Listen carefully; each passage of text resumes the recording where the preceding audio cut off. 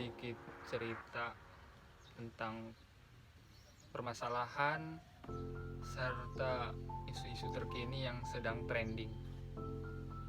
Salah satunya yaitu berita mengenai tingginya tingkat bunuh diri di kalangan remaja. Satu berita yang akhir-akhir ini membuat para mahasiswa, remaja, serta pemuda-pemudi yang dihebohkan, yaitu dengan bunuh dirinya seorang mahasiswi di Yogyakarta. Tentu ini menjadi catatan penting serta berita yang harus dimaknai lebih, karena dengan adanya berita seperti itu kita sadar bahwasanya isu bunuh diri di Indonesia ini ternyata bukan satu kali dua kali. Dan jika kita melihat di negara tetangga seperti negara Jepang, kemudian Korea Selatan, tentu isu bunuh diri tadi bukan hal yang aneh atau asing didengar oleh orang sana. Namun menjadi aneh ketika di negara-negara berkembang seperti Indonesia tingkat bunuh dirinya mulai naik. Mungkin kita berpikir bahwa negara seperti Jepang dan Korea Selatan, jika angka bunuh dirinya tinggi dikarenakan karena tuntutan kerja, kemudian tuntutan keluarga dan orang tua, bisa juga dari belajarnya yang sangat tinggi, karena kompetitif di negara maju seperti Korea dan juga Jepang ini kan sangat tinggi ya. Contohnya seperti China juga tinggi.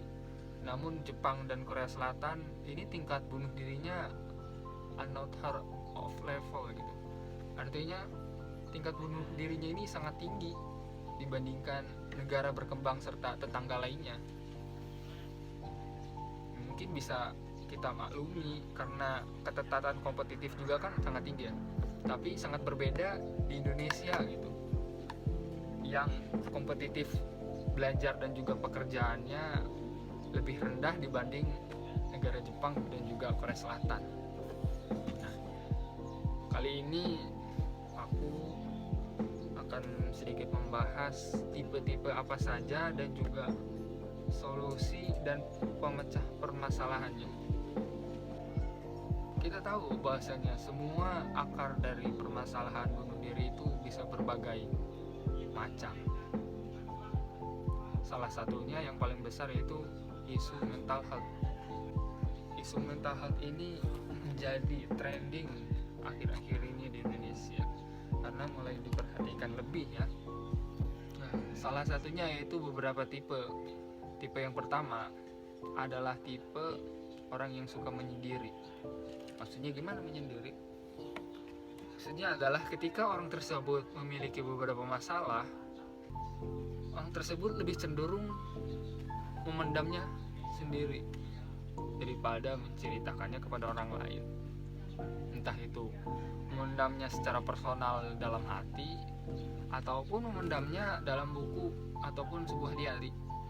Nah, mungkin teman-teman yang memiliki kesamaan terhadap tipe ini dan juga memiliki isu mental health yang sedikit terganggu, saya mempunyai beberapa saran dan juga cara pencegahan ya. Yang pertama,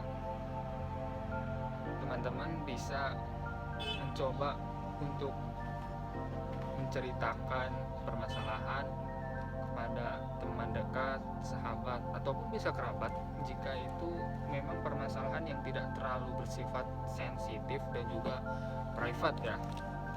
Apabila permasalahan yang teman-teman hadapi ini sedikit private dan juga sensitif, teman-teman bisa menceritakannya kepada orang tua ataupun orang yang lebih bijak dan juga dapat memberikan solusi. Kemudian yang tipe yang kedua yaitu orang yang dirinya sendiri, tapi juga dia bisa berkamuflase. Nah, perbedaan antara tipe 1 dan yang tipe kedua ini adalah sifat dari orang tersebut. Apabila tipe yang pertama tadi, orang tersebut tadi suka menyendiri, jarang berinteraksi sosial, dan juga cenderung lebih menyukai hal-hal dalam kesendirian. Tipe yang kedua ini lebih cenderung kepada menyembunyikannya sendiri tetapi berinteraksi sosial juga. Jadi tipe ini sulit diprediksi.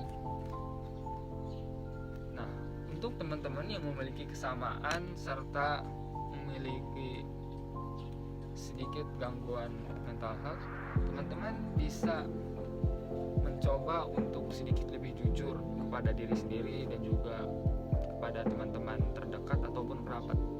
Bisa menceritakan permasalahan apa yang teman-teman hadapi. Kemudian ketika ingin bersedih, maka luangkanlah kesedihan itu di hadapan orang yang tepat. Jangan menahannya, sama seperti gelas kosong yang diisi oleh air. Ketika air itu melebihi batas kadar gelas tersebut, maka air itu akan meluap keluar dari gelasnya. Sama halnya dengan memendam sebuah permasalahan dan juga perasaan. Apabila permasalahan itu dipendam sendirian, maka suatu saat akan meledak dan membom dirinya sendiri.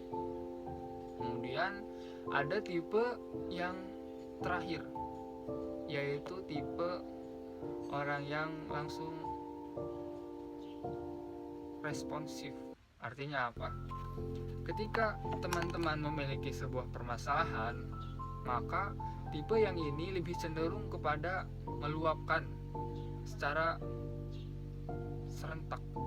Seperti ketika ia mendapatkan suatu masalah seperti kehilangan sebuah handphone atau mendapatkan kabar buruk, maka ia meluapkannya secara spontan dan secara langsung. Entah itu bisa memecahkan gelas, berteriak sekeras kencang-kencangnya, ataupun hal-hal yang bisa meredakan dirinya namun tidak melihat situasi dan kondisinya.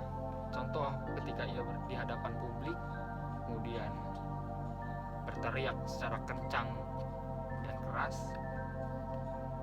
Sebenarnya hal ini baik bagi mental kesehatan teman-teman, namun jika kita lihat secara etika kondisi juga, terkadang emosi yang dialami oleh tipe ketiga ini sulit diatur.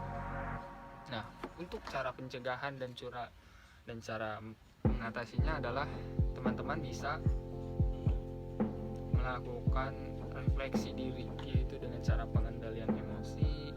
Mungkin kalau teman-teman biasanya meluapkan emosinya secara langsung, mungkin bisa secara bertahap, ya dimulai dari dengan menghela nafas, kemudian berlatih yoga atau pernafasan, dan juga mencari titik solusi bersama orang yang tepat menurut teman-teman.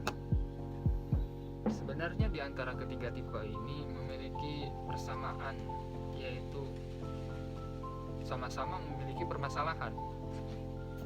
Namun yang tanpa kita sadari bahwa Tuhan menciptakan kita manusia dan juga segudang permasalahannya tidak akan melebihi batas kemampuan manusia itu. Karena Allah tahu setiap kadar dan kemampuan dan juga batas manusia yang dapat menampung permasalahannya itu seberapa. Entah itu 10 permasalahan dalam sehari, atau mungkin 100 permasalahan besar dalam sehari. We don't know. Hanya Tuhan yang tahu berapa kadar permasalahan yang kita dapat tampung. Tapi satu hal yang pasti teman-teman, bahwasanya setiap permasalahan-permasalahan dapat membuat kita kuat. Dari cobaan-cobaan itulah kita dapat terbangun hati yang tabah dan juga tabah. Sama halnya seperti batu kerikil yang di tengah jalan. dia diinjak dan digerus oleh kendaraan dan juga motor. Hati yang keras yang digerus oleh berbagai cobaan dan juga permasalahan. Sama halnya seperti hati yang setiap detiknya diterpa oleh setiap permasalahan dan juga cobaan. Oke teman-teman, tetap semangat. Jangan lupa untuk beristirahat. Ingat tetap Tuhan. Ingat di depan kamu, di belakang kamu, di sisi kanan, di sisi kiri, di setiap semua situasi dan dimanapun kamu, masih banyak orang yang baik. Masih banyak orang yang memiliki energi positif yang dapat membantu kamu. Ingat, semua permasalahan tidak ada yang mustahil. Muhammad Ali, petinju legendaris Islami, berkata, mustahil bukanlah sebuah fakta, tapi mustahil adalah pendapat. Terima kasih, saya Sahid. Selamat sore dan